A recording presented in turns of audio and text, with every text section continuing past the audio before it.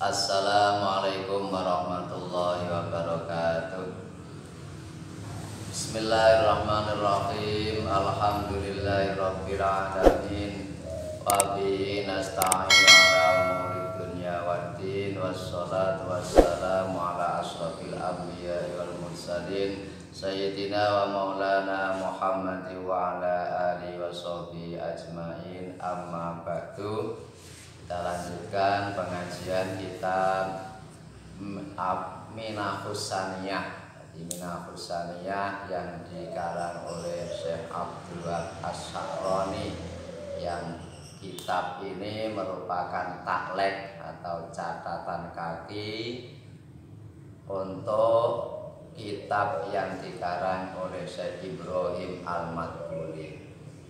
Bismillahirrahmanirrahim. Awalul wasiyati utawi kawitane wasiat iku alaika netepono sira ayyuhal akhuwi eling-eling sedulur bil istiqomati kelawan istiqomah fit taubat ing dalem taubat. Wasiat yang pertama, wasiatnya Syekh Ibrahim Al-Madkhuli, yang kitab ini kemudian disarahi atau ditakleki oleh Imam Abdul Wahab Asy-Sya'rani.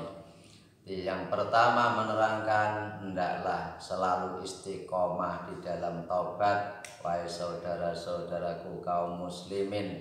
Dan sing-jare taubat itu apa? At-taubatu utawi taubat fil lughati ing dalam lughat. Menurut bahasa, secara bahasa artinya taubat iku arruju'u bali. Yuqalu den ucapaken apa taba lapat taba bali ay raja'a tegese bali sapa wong.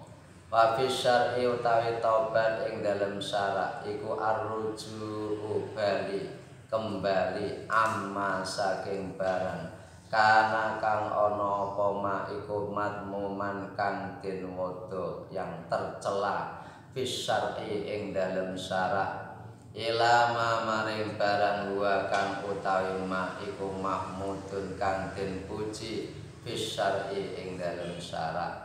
Di maknanya taubat menurut syara' yaitu kembali dari perkara yang tercela dalam kacamata syara' menuju kepada perkara yang terpuji menurut ukuran syara'. Walalan iku kadhe taubat bidayatun utawi kawitan di tingkat permulaan, waniyatun lan pungkasan di tingkat akhir. Di taubat ada taubat yang tingkat bidayah, tingkat permulaan, dan ada yang tingkat nihayah, tingkatan yang tinggi, tingkatan yang akhir. Pabidayatu mongko utawi kawitane taubat iku at-taubatu taubat minal kabairi saking pira-pira dosa gedhe, summas saghairi nuli saking pira-pira dosa cilik, summal makruhati nuli saking pira-pira makruh, summa min khilafil aula nuli saking khilaful aula, summa min ru'yati nuli saking oleh ningali wong al hasanati ing pira-pira kebagusan. Summa min ru'yati nuli saking oleh ningali wong ana setune wong iku sara dadi sapa wong iku mahdudan kang den wilang-wilang, yang dianggap, yang dihitung-hitung min fuqara ihadasat min fuqara izamani saking pira-pira ahli tasawuf iki zaman. Summa min ru'yati nuli saking oleh ningali wong ana setune wong iku sidkun kang temen bitaubati ing dalem taubat. Taubat tingkatan hidayah, tingkatan pertama, sampai sebegitu ya. Jadi minal kabairi taubat dari dosa-dosa besar. Nek kapan tau nglakoni dosa gede, pernah mengerjakan dosa besar, ditaubati macam-macam dosa besar yang pernah dikerjakan. Sumas saghair, kemudian taubat dari semua dosa-dosa kecil. Bila dosa besar itu dosa seperti yang ada hadnya. Jadi misalnya seperti membunuh ada hadnya dikisos, seperti zina ada hadnya dijilid atau dirajam, atau seperti mencuri ada hadnya dengan dipotong tangan dan lain sebagainya. Itu termasuk golongannya dosa-dosa besar. Nah, kemudian tobat dari semua macam dosa-dosa kecil. Kemudian tobat dari perkara-perkara yang makruh. Jadi perkara yang makruh pun juga kalau bisa juga ditobati. Jadi bukan hanya yang tingkatan-tingkatan dosa yang istilah itu yang diancam dengan siksa itu saja. Jadi dengan perkara yang makruh pun juga kalau ditobati. Itu pun masih tobat yang tingkat hidayah, masih tingkat permulaan. Tsumma min khilafil aula, tobat dari perkara yang khilaful aula. Di perkara yang khilaful aula itu ya di bawahnya makruh. Tapi kalau dikerjakan itu ya kurang afdol. Nah, sesuatu yang dianggap kurang afdol. Walaupun itu ya gak makruh, tapi kalau dikerjakan itu kurang afdol. Nah, hal yang semacam itu juga ditobati. Itu juga masih tobat tingkat bidayah, masih permulaan. Summa min ru'yatihi al-hasanati, kemudian tobat dari melihat kebaikan-kebaikan.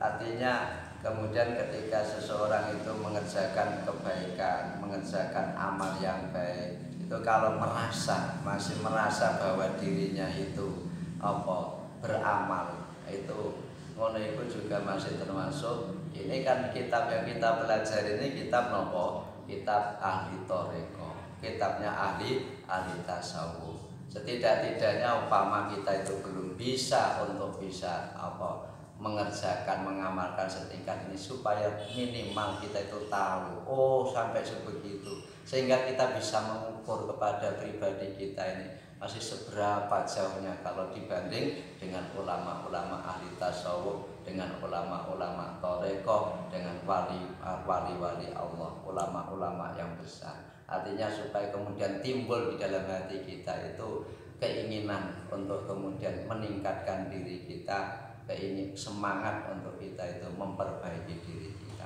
Kalau toh kita umpamanya belum bisa mengamalkan pada tingkatan seperti itu, artinya bukan berarti kemudian seperti itu tidak mungkin untuk kita lakukan, tidak mungkin kita amalkan, zaman sudah kayak begini. Ya, itu Allah Ta'ala itu ketika kemudian memberikan pertolongannya, ketika Allah Ta'ala itu memilih kepada seseorang, itu bisa saja walaupun zaman yang sudah seperti ini kita bisa mengerjakan seperti ilmu yang dilakukan oleh para ulama-ulama besar, para wali-walinya Allah. Jadi ilmunya ahli tasawuf yang sebegitu itu ya mungkin saja. Nah, ini minimal ini memang sengaja saya kaji ini supaya ya kalau umumnya seperti saya sendiri juga mungkin belum mampu seperti itu, paling tidak kemudian kita itu punya pengetahuan sehingga kemudian kita berusaha untuk semakin membersihkan diri kita, untuk meningkatkan diri kita. Jadi dari perkara yang khilaful aula itu saja juga ditobati. Jadi misumma min ru'yatil hasanati, melihat kebaikan-kebaikan. Ketika kalau kita umpamanya mengerjakan amal baik, mengerjakan kebaikan, kok merasa dirinya masih itu mengerjakan kebaikan-kebaikan itu, maka itu juga merupakan satu kesalahan yang perlu ditobati. Sebab apa? Yang semacam itu kemudian akan menimbulkan gampang menimbulkan ujub, gampang menimbulkan orang itu kemudian membanggakan dirinya. Saya sudah berbuat ini, saya sudah beramal ini, saya sudah beramal itu, dan lain sebagainya. Nah, itulah maka itu kemudian ketika orang itu masih melihat bahwa dirinya itu beramal yang baik, mengerjakan yang baik, itu juga termasuk perlu ditobati. Artinya kemudian supaya orang itu kembali kepada seluruhnya kepada Allah Ta'ala, yaitu la haula wala quwwata illa billahil aliyyil azim. Jadi kalau saya bisa mengerjakan ibadah, saya bisa sholat, saya bisa ngaji, saya bisa puasa, ini semata-mata adalah karena pemberian dan pertolongan Allah Ta'ala. Bukan karena kemampuan saya, bukan karena ilmu saya, bukan karena kehebatan saya sama sekali. Nah, sehingga kemudian orang itu melepas daripada segala daya, segala kemampuan dari dirinya dan dikembalikan kepada Allah Subhanahu wa Ta'ala. Tsumma min ru'yati anna usara mamduda min fuqara zaman. Kemudian taubat dari melihat bahwa atau merasa bahwa dirinya termasuk ahli tasawufnya masa itu. Jadi selagi jadi kadang-kadang ini kan orang itu lagi mulai agak khusyuk diri begitu, mulai agak khusyuk, baru agak khusyuk, kemudian disebut wah sudah jadi sufi. Nah, padahal hatinya masih jauh sama sekali daripada hati yang seperti yang dimiliki oleh ahli tasawuf. Perilakunya masih jauh sekali daripada perilaku ahli tasawuf. Akidahnya masih jauh dari akidah dari ahli tasawuf. Nah, jadi supaya kemudian terus sehingga kemudian merasa koyo-koyo awal itu kemudian seperti sudah sufi, sudah orang ahli tasawuf, sudah seperti orang yang zuhud dan lain sebagainya, padahal masih jauh sekali. Nah, toh kalau umpamanya seseorang itu memang mengerjakan ilmu, mengamalkan ilmunya ulama-ulama sufi seperti itu. Namun kemudian awal dewi kita ini jangan kemudian ya merasa aku itu wis tasawuf. Ya enggak, ya biasa-biasa saja, sehingga kemudian perasaannya dia sama seperti orang-orang biasa, sehingga tidak ada merasa lebih, tidak ada merasa dirinya itu kemudian beda dari orang-orang lainnya. Artinya kemudian apa? Walaupun dia di dalam dirinya yang diamalkan itu adalah ilmunya ahli tasawuf, ilmunya para sufi, tapi kemudian di dalam pergaulannya, di dalam muasyarahnya terhadap orang lain itu ya sama saja, sehingga tidak punya perasaan bahwa dirinya orang yang beda dengan orang lain itu tidak. Makanya seperti dawuhnya Sayyidina Ali, jadi kulu kama takuluna. Jadi makanlah seperti mereka makan. Yang kamu makan ya sama seperti mereka. Wal basu mimatal basuna. Kamu pakai pakaian seperti mereka berpakaian. Artinya umumnya orang itu berpakaian ya lumrahnya seperti orang sini, orang Jawa, orang Indonesia, pakaiannya seperti itu, ya kita berpakaian seperti itu. Orang kemudian sudah mengamalkan ilmu sufi kemudian ganti pakaiannya jadi terus pakaian sing aneh-aneh begitu, ya enggak. Ya pakaian yang biasa saja, makan ya sama seperti orang-orang pada umum saja. Tapi wa khalifuhum fi a'malihim, tapi bedalah dari mereka di dalam masalah perbuatannya, di dalam masalah amalnya, baik amal yang lahir maupun amal yang batin. Kita makan sama seperti yang mereka makan, ya umumnya. Kita pakaian ya umumnya kene itu celononan, persarungan, pokoknya sepenting kan pada intinya itu apa? Nutup aurat. Masalah bentuk pakaiannya itu seperti apa, itu ya sesuai dengan apa yang pantas, yang dianggap layak menurut lingkungannya. Jadi artinya ini kan kemudian itu kita menghormati kepada orang lain, menghormati ya segampangannya itu apa? Menghormati kepada budaya, menghormati budaya yang ada di lingkungannya. Artinya lingkungannya lagi misalnya saya kira sampean misalnya kalau di pondok, lingkungan pondok, budaya pondok, santrinan, sarungan, pecian, songkokan. Nah, kalau sampean kok di tengah pondok, kok sampean ikut celononan, kaosan oblong, itu kan jadi aneh. Nah, maka itu kemudian sampean menghormatilah budaya yang ada di dalam lingkungan pondok pesantren, sehingga sampean itu dalam berpakaian menyesuaikan dengan mereka.